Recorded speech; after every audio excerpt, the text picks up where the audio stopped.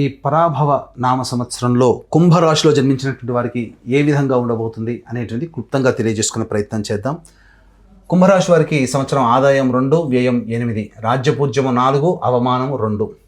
గమనించుకున్నట్లయితే ఈ యొక్క కుంభరాశిలో జన్మించినటువంటి వారికి ఏలిన నాడిచిన ప్రభావం ఈ సంవత్సరం అంతా కూడా ఉండడం, కాబట్టి చేస్తున్నటువంటి వృత్తి ఉద్యోగ వ్యాపారాల్లో ఎప్పుడు కూడాను ఒక అడుగు ముందుకు వేస్తే 2 అడుగులు వెనక్కి అన్నట్టుగా ఉండడం, ఏది కూడాను తేలవకపోవడం, అంటే ఏంటి, ఆ ఫలితాన్ని మనం పూర్తిగా పొందలేకపోవడం అనేటువంటిది ఈ యొక్క శని ప్రభావంలో జరుగుతుంది. అయితే ఈ సంవత్సరం అంతా ఇట్లాగే ఉంటుందానంటే మరి మిగతా గ్రహాల అనుగ్రహం ఉన్నప్పుడు శని మాత్రం ప్రభావం తగ్గిపోతుంది. కాబట్టి అందుకు సూచికగానే గమనించుకున్నట్లయితే ప్రధానంగా మే 31వ తారీఖు వరకు గురువు మిథున రాశిలో సంచారం చేస్తూ అద్భుతమైనటువంటి యోగాన్ని కలగచేస్తున్నాడు.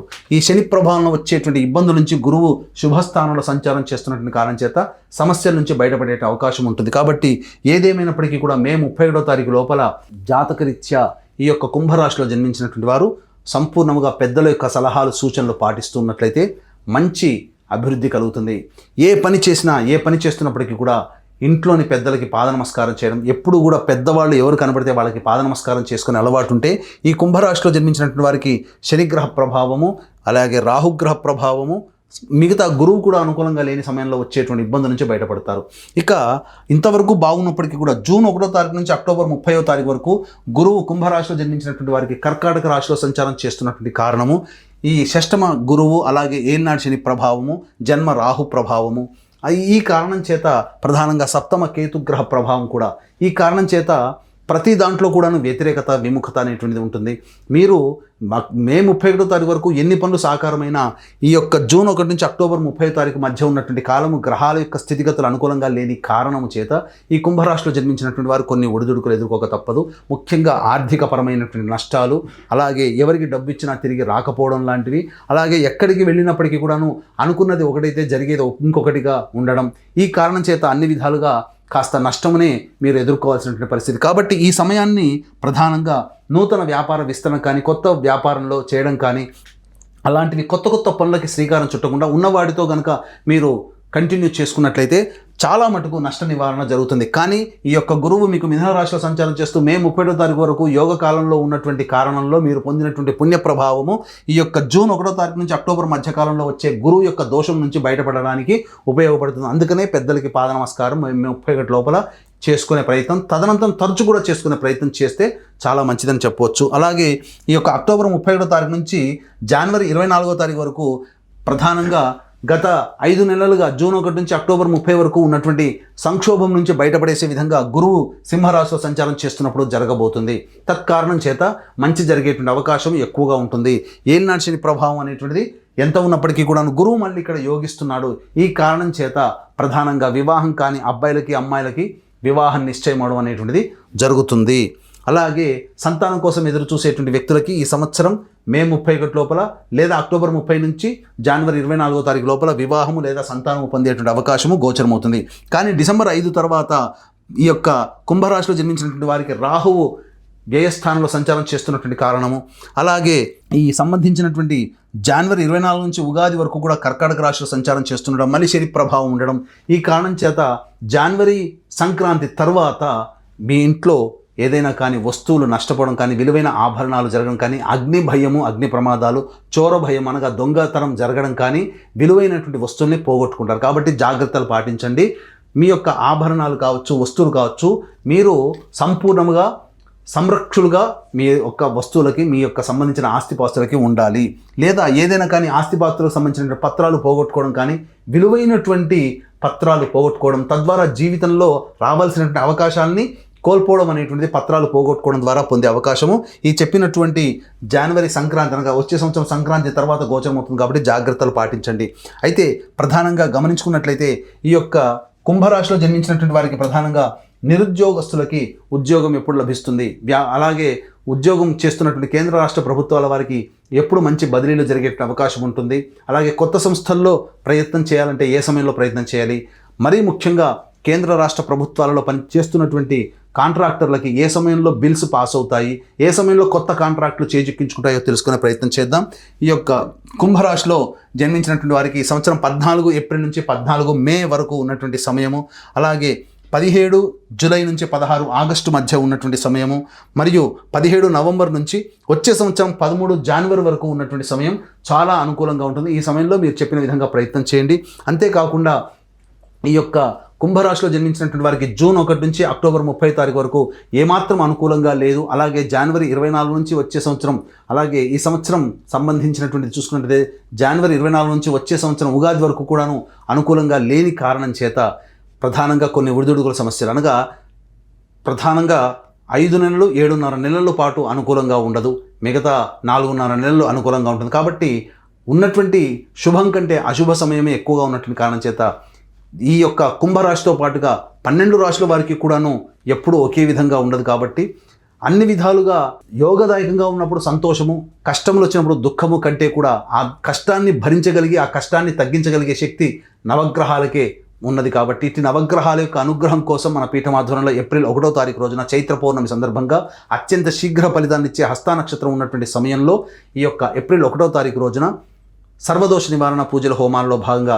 నవగ్రహ పాశుపత హోమము, ఆరోగ్యం కోసం మృత్యుంజయ హోమము, సర్వకార్య జయసిద్ధికి రుద్ర హోమము, సుదర్శన హోమము, అలాగే విద్య, ఉద్యోగ, దాంపత్య, వివాహ ప్రాప్తికి లక్ష్మీ మూలమంత్ర సంపుటిత లక్ష్మీ సూక్త హోమాలతో పాటుగా కొన్ని సర్వదోష నివారణ పూజల హోమాలు జరిపించి శక్తిపాతము చేసినటువంటి కరంగలి మాల ఇవ్వడం జరుగుతుంది. అవకాశం ఉన్నటువంటి వాళ్ళు ఏప్రిల్ 1వ తారీఖు రోజున మధ్యాహ్నం 3 గంటల లోపల ఈ యొక్క కార్యక్రమంలో మీరు గోత్రనామాదులు నమోదు చేసుకోవచ్చు.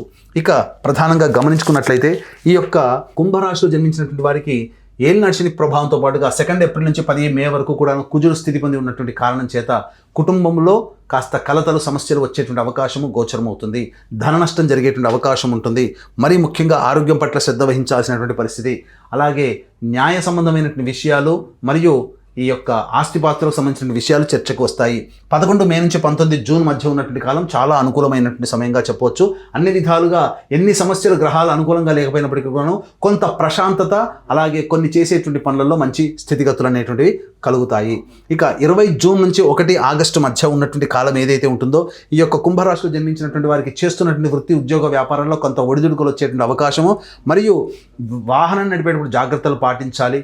అలాగే సంబంధించినటువంటి నష్టాలు అధికంగా ఉంటాయి. తల్లిగారి ఆరోగ్యం పట్ల శ్రద్ధ వహించాల్సినటువంటి పరిస్థితి. 1 ఆగస్టు నుంచి సెప్టెంబర్ 17వ తారీఖు వరకు ఉన్నటువంటి సమయం ఏదైతే ఉంటుందో ఈ సమయంలో ఆర్థిక పరంగా నష్టాలు అనేటువంటి ఎక్కువగా కలుగుతాయి. మరియు ఆరోగ్యం పట్ల కూడా శ్రద్ధ వహించాల్సినటువంటి పరిస్థితి. సంతాన మూలకంగా విభేదాలు, ఖర్చులు అధికంగా ఉంటాయని చెప్పవచ్చు. 18 సెప్టెంబర్ నుంచి 11 నవంబర్ వరకు ఉన్నటువంటి సమయం చాలా అనుకూలంగా ఉంటుంది.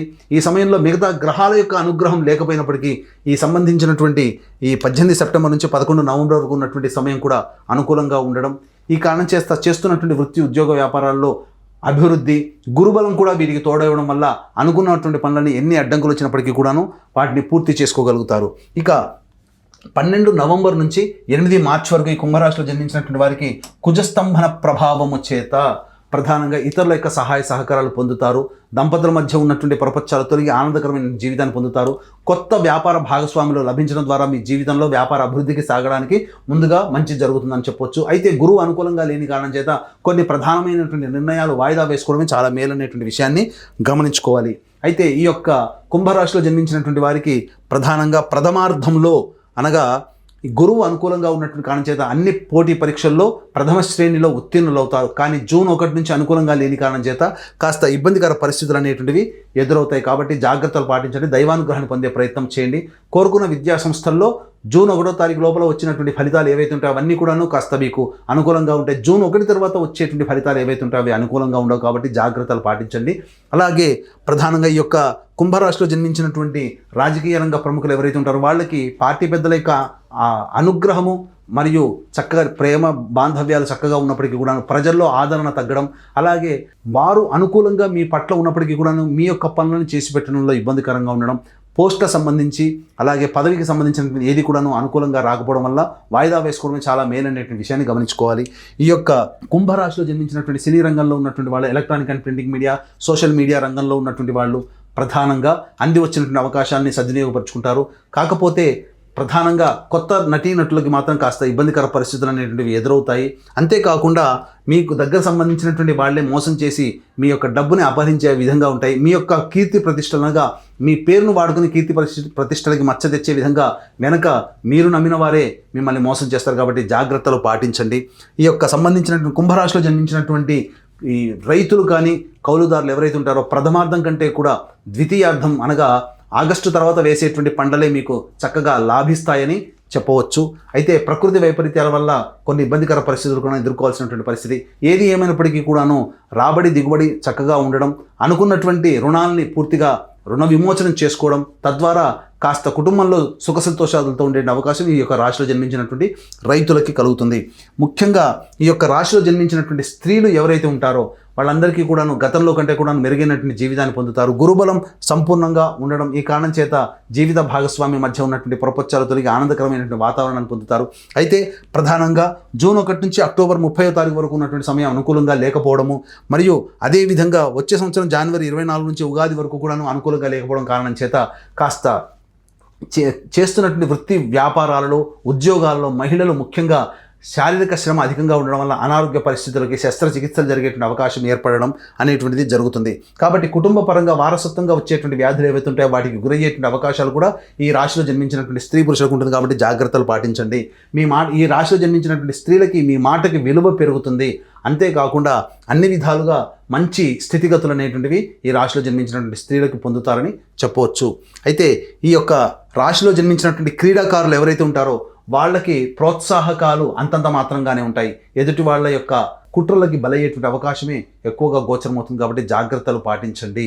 అయితే ఈ రాశిలో జన్మించినటువంటి వాళ్ళు వచ్చేటువంటి సమస్యల పరిష్కారం కోసం మీ ఇంటికి తూర్పు దిశలో ఉన్నటువంటి శివాలయానికి చేరుకొని ఆ శివాలయంలో చక్కగా పంచామృతాలతో అభిషేకము అర్చన జరిపించి మీ యొక్క సమస్యని మీ యొక్క కోరికని ఆ పరమేశ్వరుడికి విన్నవించండి. అమ్మవారి యొక్క కుంకుమార్చన కూడా జరిపించుకోండి. ఇలా ఒక 3 రోజుల పాటు కంటిన్యూస్గా చేసుకుంటే మీ సమస్య చాలా మటుకు పరిష్కారం అవుతుందని చెప్పవచ్చు. అంతేకాకుండా ఈ సంబంధించినటువంటి కుంభరాశిలో జన్మించినటువంటి వాళ్ళు ప్రధానంగా కుంభరాశితో పాటుగా 12 రాశిలో జన్మించినటువంటి వాళ్ళు నవగ్రహాల యొక్క అనుగ్రహం కోసం మన పీఠం ఆధ్వర్యంలో ఏప్రిల్ 1వ తారీఖు రోజున సాయంకాలం 6 గంటలకు జరిగేటువంటి కార్యక్రమంలో నమోదు చేసుకోవడం ద్వారా అన్ని విధాలుగా సుఖ సంతోషాదులు ఈ యొక్క సంవత్సరం అంతా కూడాను నవగ్రహాలు అనుకూలించి ఆనందకరమైన జీవితాన్ని పొంది మీ యొక్క సంకల్పం నెరవేరాలని ఆకాంక్షిస్తూ సర్వం శ్రీ ఉమామహేశ్వర పర బ్రహ్మార్పణమస్తు.